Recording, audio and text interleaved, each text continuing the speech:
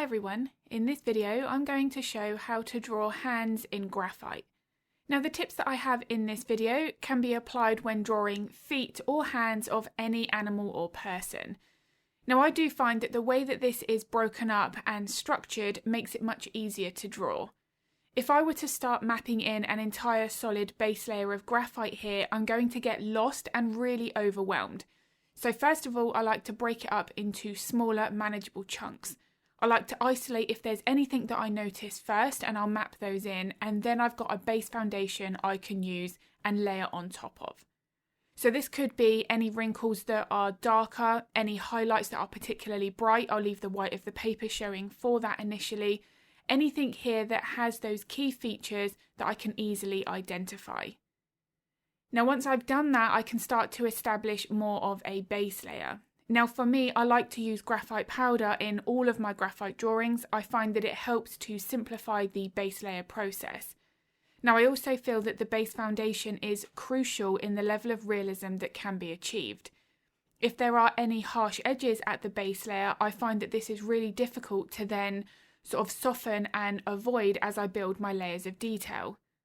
So if I have a soft base foundation, I find that everything else is easier to visualize from there.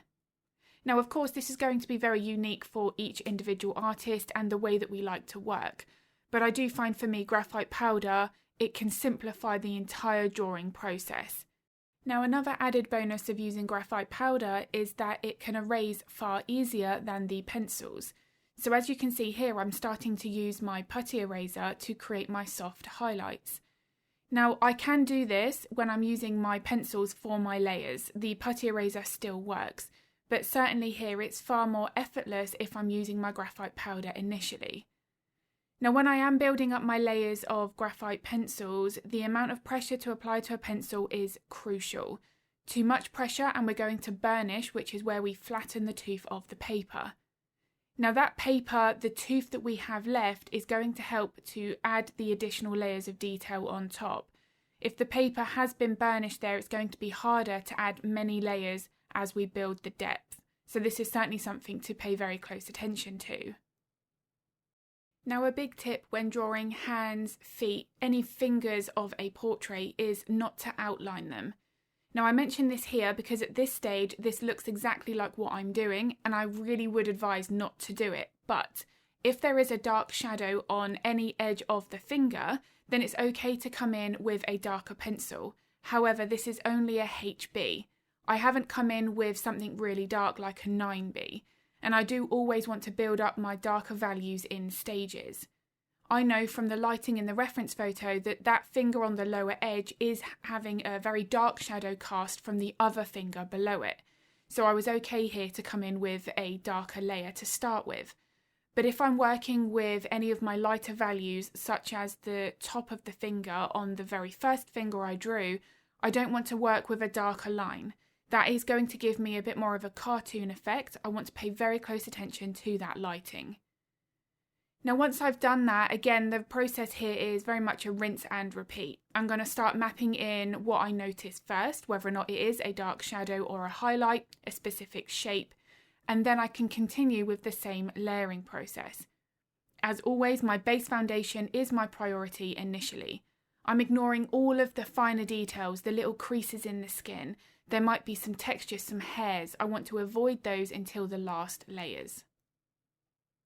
Now in terms of simplifying the layering process, I think that this makes it far easier to visualise what we can see in the reference photo. Now it does take practice. The more that we draw different subjects, it does get easier. But certainly here at this stage, we could almost call this finished, but this is more of a mid-stage in my layering process. I'm tidying up my contrast, I'm enhancing my highlights and my shadows as I build my layers, but I'm avoiding those very top details. And again, this is something I do feel is very important because adding those in too soon, we can feel like we then don't want to draw over them when we know the base layer probably isn't quite where it should be. So avoiding adding those in too soon in that layering process can add so much additional ease and realism to the portrait. Now a general rule that I will follow is I want to work with what is closest to the skin first and build up from there. Now that's easier to visualise when we're drawing fur or feathers because of course we can't see the skin. But in this situation where we are drawing skin, that can also then complicate the process. So what I mean by that here is I will avoid those hairs, those creases, maybe some of the texture on the skin that looks like it's more on the top layers.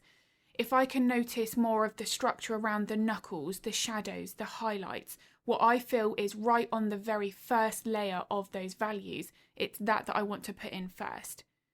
Now, when working with this kind of layering process with graphite, it can be more flexible. We've got a little bit more sort of space for adjusting our layers as we go. If we do make something a little bit too dark, as long as we're building up the layers in stages like this, we can remove it with our erasers.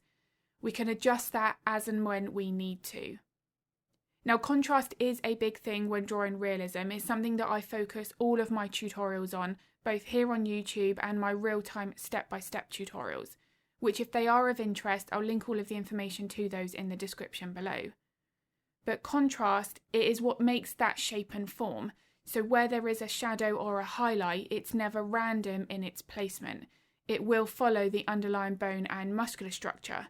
So here, for example, where the shadows are around the centre part of the fingers, this is going to be isolating where more of the knuckles are. Now, if the shadows and highlights aren't in the right place, that knuckle will get shifted in its placement and therefore make the finger either look too long or too short, despite the fact the overall proportion and size of that finger being accurate. So the way that we are going to position these is something that I do focus on right from my base layer foundation. You'll see that I map those in right from the start. This again gives me that key focus when I look at my reference photo and back at my drawing to know exactly where everything should be. Now, if I know that something is a little bit off, because that's more than okay to make a mistake like that, I want to fix that as soon as I notice it. I don't want to carry on with that mindset of, oh, it's okay, I'll fix it later. Because quite often, as we build our details, we still follow the structures that we've mapped in, even though we know they're not quite right. So I always make that effort to adjust anything that is visible that does need to be changed as soon as that arises. Now, one other aspect of the drawing process that I find really useful is to work in small sections. Now, this is something else that will vary from each individual artist. There is no right or wrong way of working. But I do find that if I work in whole individual layers, I get really overwhelmed with what I'm looking at in the reference photo. I'll actually spend more time looking at the photo just staring at it and not doing any drawing at all. So if I can break that up into small sections and then only work with one layer at a time, as I've demonstrated here, I find it is much easier to visualise that process. Now, in terms of working in small sections, I do find that there is one slight disadvantage, but it's easily overcome. Now, that is that when we're working on a shadow, for example, on one of the fingers, like I am here, we might accidentally make it too dark because we're only looking at that one area of the reference photo. So to ensure that doesn't happen, many times throughout the drawing process, even potentially every 10 to 15 minutes, I will zoom out of my reference photo and look at the entire image. What I'm then doing is thinking, right, what is the darkest part of this photo? And in this situation, it was actually the hair on the right side of the face. So I know that in some cases, for the shadows on some of the fingers, they don't need to be as dark as that area of the portrait. If I do make them as dark, where that isn't visible in the reference photo for that specific finger, then I know I've made my values too dark. It's going to potentially then adjust the overall depth of the piece. So by comparing one shadow to the next for something else in your reference photo, it gives us a really good base foundation of what range of values we should be using. Now, I didn't want to cover any aspect of drawing the darker hair here in this video. I wanted to focus entirely on the hand.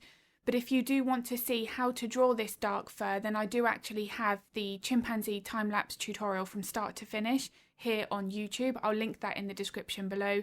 And I've also got lots of videos here on YouTube on how to draw black or dark fur. So I'll also link those in the description as well if they're of interest.